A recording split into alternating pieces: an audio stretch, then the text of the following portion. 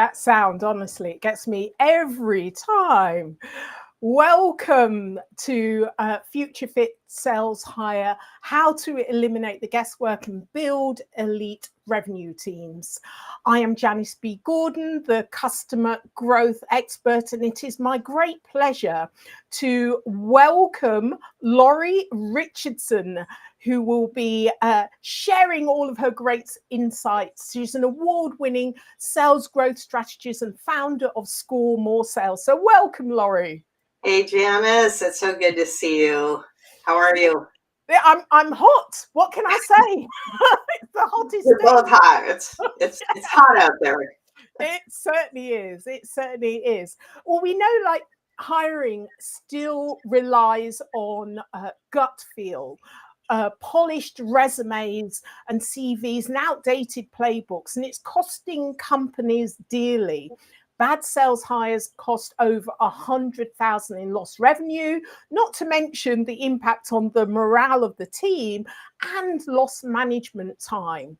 So for everyone here, I would love to hear your comments. There's a question that I've posted for you. Make sure that you connect with myself and Lori after this session, so you've got all of the links there. If there's any other questions, anything we didn't answer, either post it in the comments, or you can ask myself or Lori after this event. We've only got 30 minutes. We've got so much to cover.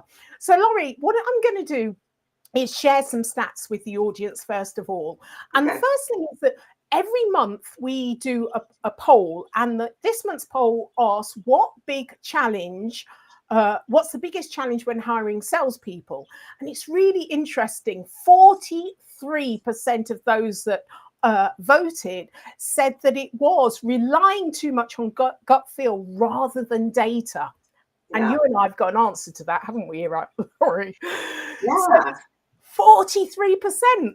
That's shocking, isn't it, really? They're citing that themselves.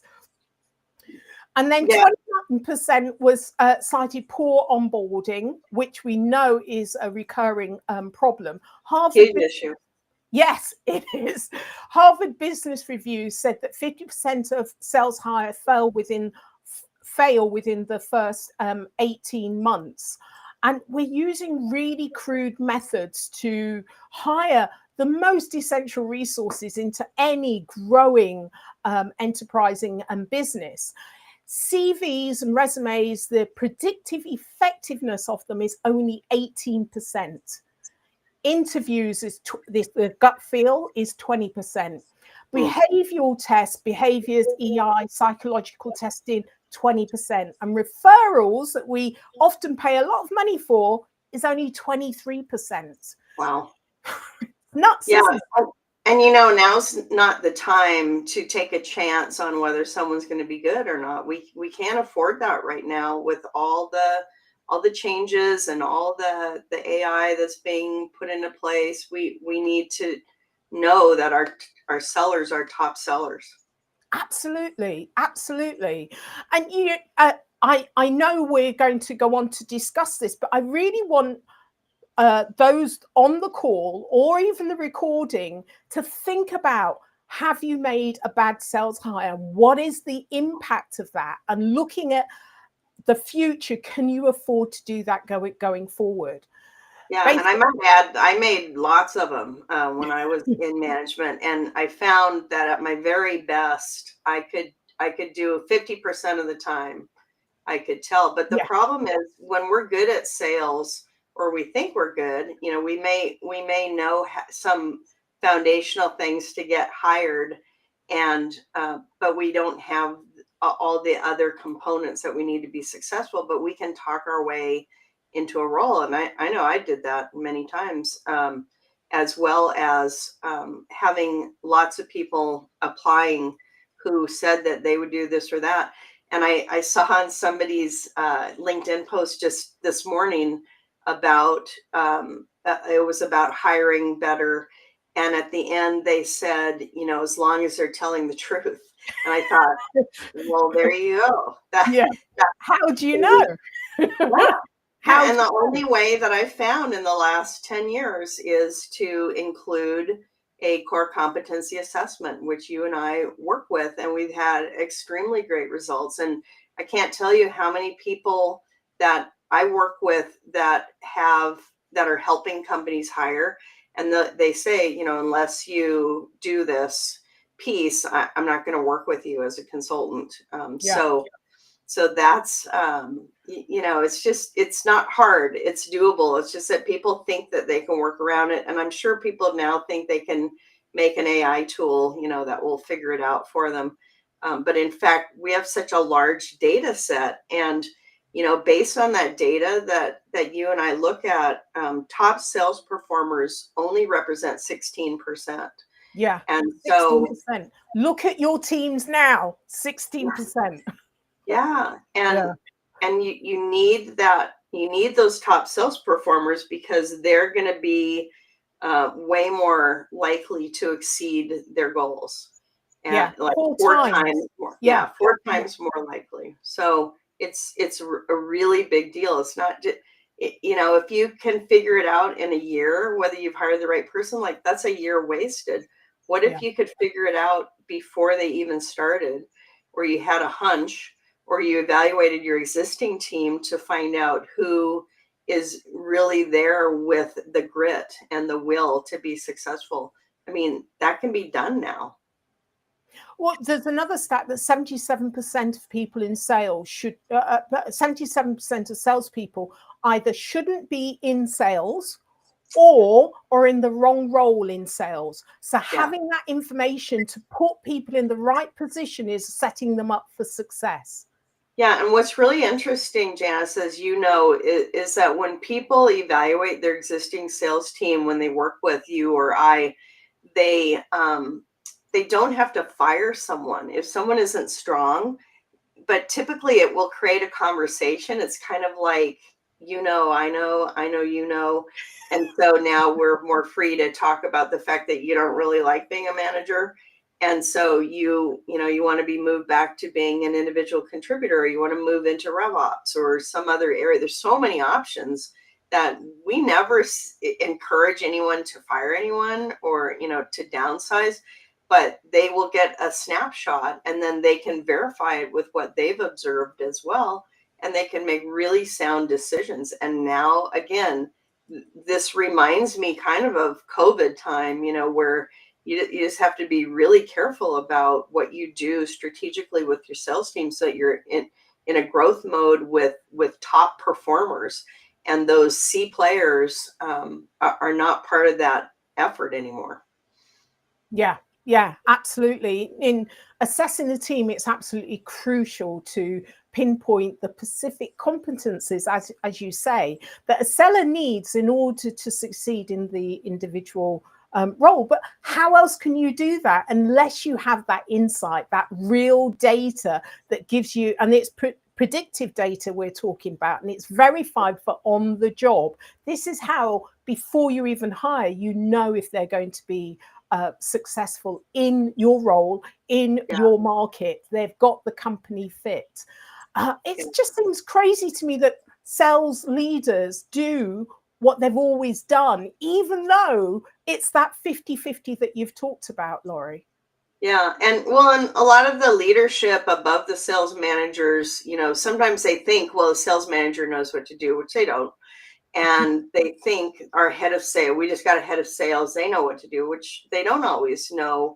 And so leadership, I like to work with the top leadership in a large SMB size company or a smaller mid-market company, because we can reach the leadership and say, you know, there's some really important things that you need to understand. And it's not just about competencies, you know, the tactical ones, like whether someone can call high and get a meeting. It's not just about that, but it's more about the will, that grit, you know, to be successful, and how people handle things like rejection, and who, you know, what's going on in their heads. Are they saying things that are supporting their efforts, or are they sabotaging themselves? Because even if I know how to close business all day long, but deep down I have this, you know, death wish almost that I'm not going to be successful, and something's going to go wrong, and the other shoe's going to drop, and that will kill you in sales. And so we need to find ways to identify these, and we found a way to do that, which is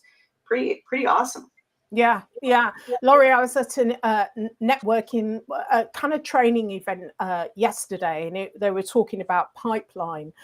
And I thought it was really interesting because they were talking about deal management, how to manage the deal, a better way to do it, and all the stats that create the results that you want.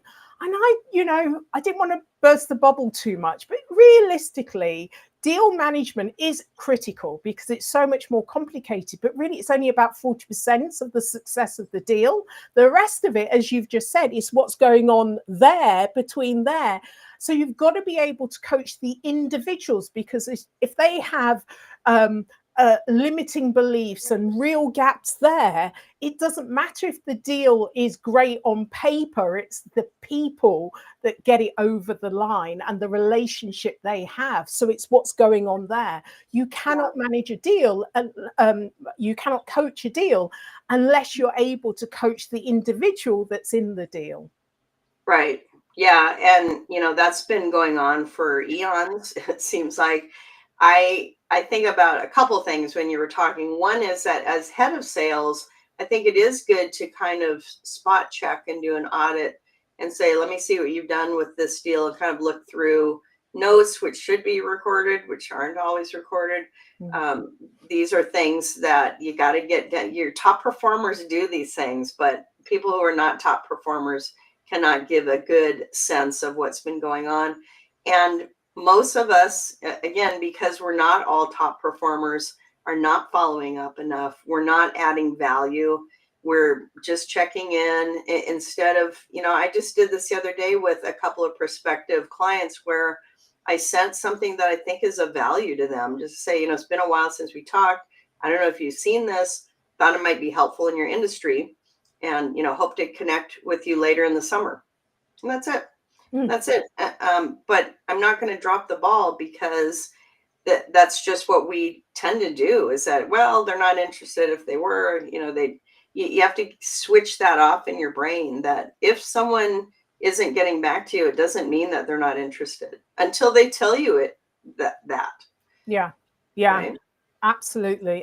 Now, I've got to give a shout out to your book, She Sells: Attract, Promote and Retain Great Women in B2B Sales. And I really want to say, this gives you all of those strategies that you need to do exactly: attract, promote and retain for great women in sales, but actually all sales leaders need these tactics and strategies, because it means they're able to do the job so much better and attract a diversity of people. So it works for all salespeople. It's a fantastic book.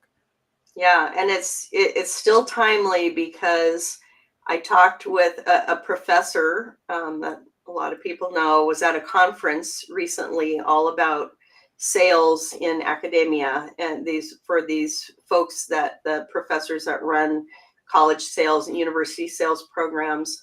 And he was telling me that all the presenters were male, and that there was about 10% female attendees. And I thought, well, and then people wonder why things don't really change. And so it's just part of the ecosystem that we need to keep reminding people that, we should have more women hired in sales roles, that they do make great sellers. Generally speaking, we still assess them because we want to know, because it's not a gender-based thing, that although some people might disagree with that. And it's just an important thing to think about, is the balance and the inclusiveness of your sales team. Yeah, absolutely. Okay, so let's talk about the elephant in the room, the thing that everybody is talking about, AI. I know that you attended a SaaStr recently, and it'd be really great to discuss some of the takeaways, because I was reading post that event that AI outperforms mediocre sales reps. Wow. Yeah. And I would not disagree with that.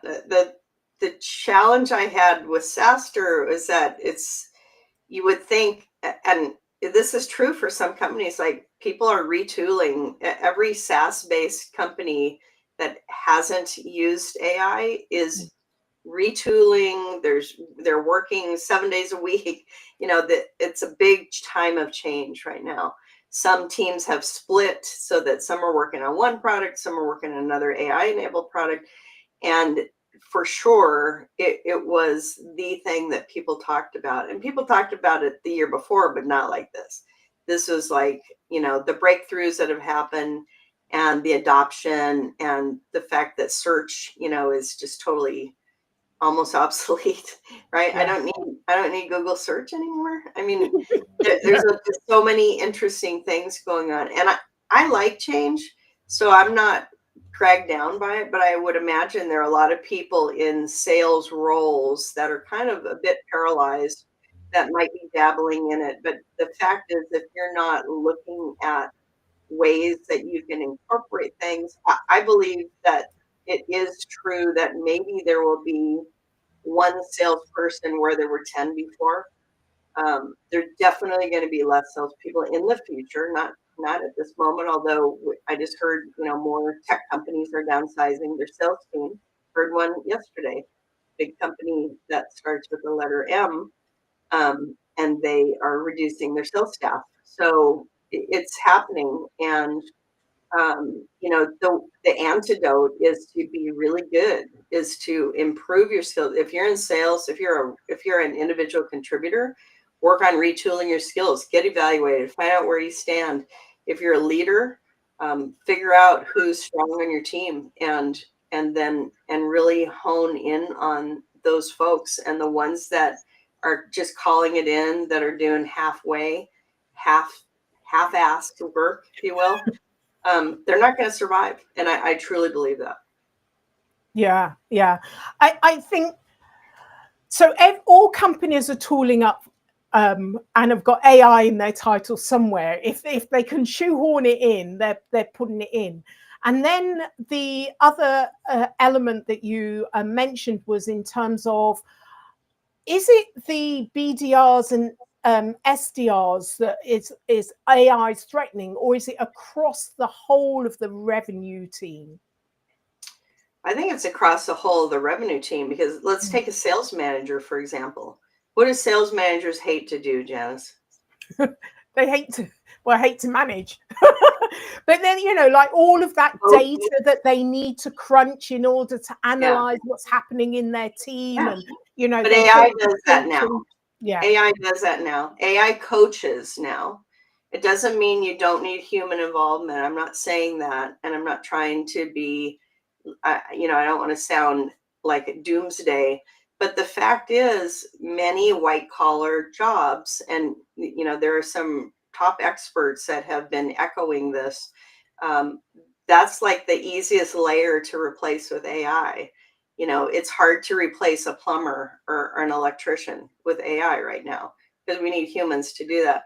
What I think it will be more like the grocery stores, where suddenly there are 6 quick checkout and one person that's overseeing that, instead of all the cashiers lined up next to each other. So that's how it will happen. And it's how it is happening right now, is that people are utilizing AI for certain things: customer success, customer service. If you call into certain companies right now, you get AI responding. Yeah. And so that's just what's going to happen. And so we need to figure out, okay, what are those soft skills? What are the skills that the empathy and the deep communication skills and the collaboration skills that we can strengthen and find ways to leverage with AI? That's going to be a winning combination.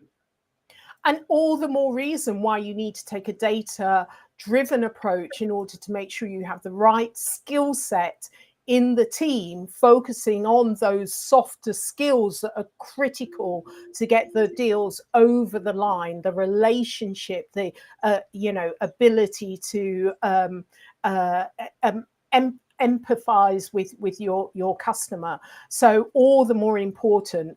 Wendy's just had a comment here. Let's show Wendy's comments. Thank you very much for that. Check out More Human. Thank you very much for that referral, Wendy. Thanks, Wendy. Yeah, she says it addresses exactly what Lori is saying. Really appreciate your comments here. Yeah, I mean, I remember decades ago when I was talking about soft skills, and the leadership was like, "Oh, we don't care about that." Nobody cared about soft skills, but they're, in fact, maybe they should be called something else, because they're the survival skills. They're the ones that we're bringing as humans. Good reframe, survival skills. The human skills that we can bring in large amounts to, that idea of reading the room and appropriately answering based on what the customer or the buyer is talking about. So important right now. Yeah. I mean, all of this is about future fitting your sales team using data-informed processes. Is actually raising the bar. It's not a threat, it's raising the bar and enabling us to do the things that we're really good at. The AI hasn't caught up all of the human aspects as being more human, as Wendy has suggested. So let's talk a bit more about that future fit. What are the strategies to hire future fit talent? What would you say, Lori? Well, starting with hiring the right people and onboarding them well, I think is a really good piece of that. Our friend Andy Miller wrote a book about that, goes into length about onboarding, and certainly even if you bring on the right person, but they're not onboarded well, they won't be successful. And so that's a really important combination that I'd be thinking about in the beginning, that get the right people, make sure you evaluate your team and make sure you have the right people, and do refreshers and focus on what's most important. And that comes from top leadership on a regular basis. That'd be my first thing I'd suggest. Yeah, and it's interesting from the OMG research. I mean, because it's a huge database of like each of the assessments has 462 points of data. So after 30 years, it's great being able to go back to interrogate the data to really understand for your industry, for your market, what great looks like. And it's interesting from this OMG research data, the top 5% of the best salespeople in the world, 62% of them are introverts. And that's kind of contrary to what we think and what we're still hiring for in terms of those more extrovert characters of a salesperson. And the bottom 10% of the worst salespeople in the world, 84% of them are extroverts, which is incredible, isn't it? Which is why it's so funny that people think you can hire based on personality, and there are all these personality tests, and people go, "Oh, we still use this personality test," but it doesn't work for sales, because you can have a similar personality that is a strong seller or a weak seller, and introverts have been killing it for years, in sales roles. Yeah. The other thing that I'd add is build a talent pipeline before you need the talent pipeline, because we often make bad decisions because we've got all of these targets, we're under pressure, sales leaders doesn't have much time. By the end of the year, they've got to recruit 3 people. It's a numbers game, and they revert back to old methods. And you think about it, what kind of a sales leader, why would anyone want to work with you? The people in your team, what would they say about you? The way that you operate, the culture within, how attractive are you? Have you looked at Glassdoor? So you really need to set your whole operation up for success, because many of the, Generation Z's are not working for you. They're not interested in working for you. And they're the people we need to attract into our operation, unless you have the right type of culture and the right mix of people that are going to be diverse. That's what people are attracted to.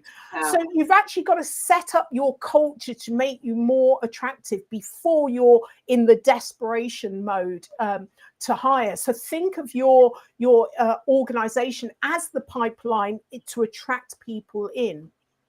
Yeah, and there are people like us who are encouraging individual contributors to look for a leader that they want to work with, you know, when they're looking at different opportunities. And I know it's a tough market out there, but you can't take just any opportunity, because you may end up with a really bad boss. And you need to work for companies that have the goals and vision that you believe in. And so it's important that you are aware of that, and it's important for companies to know that, you know, people still, even in this economy, they're not going to be hired just because they're looking for a job. They're going to be hired if they think it's a good fit, and culture is super important. And you know, looking like and acting like who our customers are is what customers want as well. They don't want a buying team or a selling team that doesn't represent who they are either. Absolutely. We've talked about the assessments and how critical that is in terms to make sure you've got your hiring funnel right. We talked about onboarding. There's a stat here by Sales Benchmark Index that says that more than 20% of new sales hires, leave leave past the onboarding period.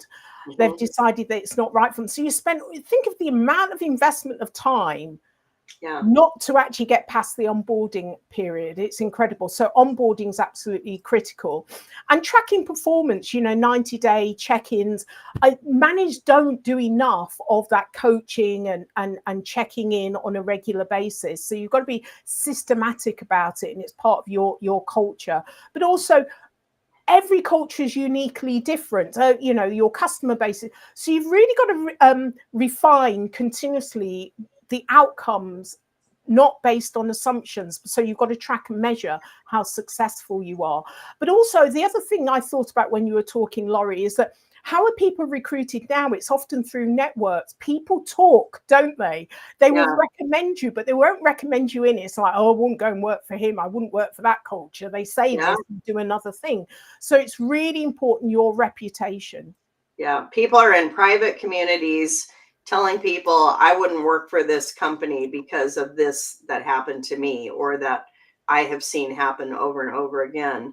And people should be aware of that, people talk and they share insights, and I'm glad to see that. Yeah. Okay, so let's wrap up here. We've got if we've got any more comments that are coming in, happy to answer those. Make sure that you do connect with myself and Lori. There's lots of people that watch the recording, so please do ask any questions there. I always go back and look at the comments as they come in over the next week. But I think that one of the takeaways, and I know you'll have yours as well, is that traditional hiring is not working, guys. It is not working. You need to take a data-driven approach so that you can predict success from day one. And it's interesting, in AI, it's raising the bar. It's not a threat, it's raising the bar. It's giving back a lot more time, so use it wisely. So Lori, what's your takeaways from this discussion? Well, I want to say something to candidates who are out there that are having a tough time. Build stronger networks, talk to people, and have a person refer you into a company. Don't do it through the AI screening of resumes. Great ad. That's fantastic. Now, I normally do a monthly live, and my next one's going to be the 10th of July. Now, next month's theme, we're talking about right people, right seats. So we're talking about the team rather than focusing on the hiring aspects. There'll be elements of what Lori and I have talked about in terms of an AI world. What does it mean to your team? So AI won't replace salespeople, but underperformers beware. So it'll be around that subject. So join me same time, 5 p.m. BST, 12 noon EST on the next live 10th of July. Thank you so much for joining us and your comments. Thank you so much, Lori, for sharing your insights. Thank you. Always a pleasure. Okay. Thank you, Wendy.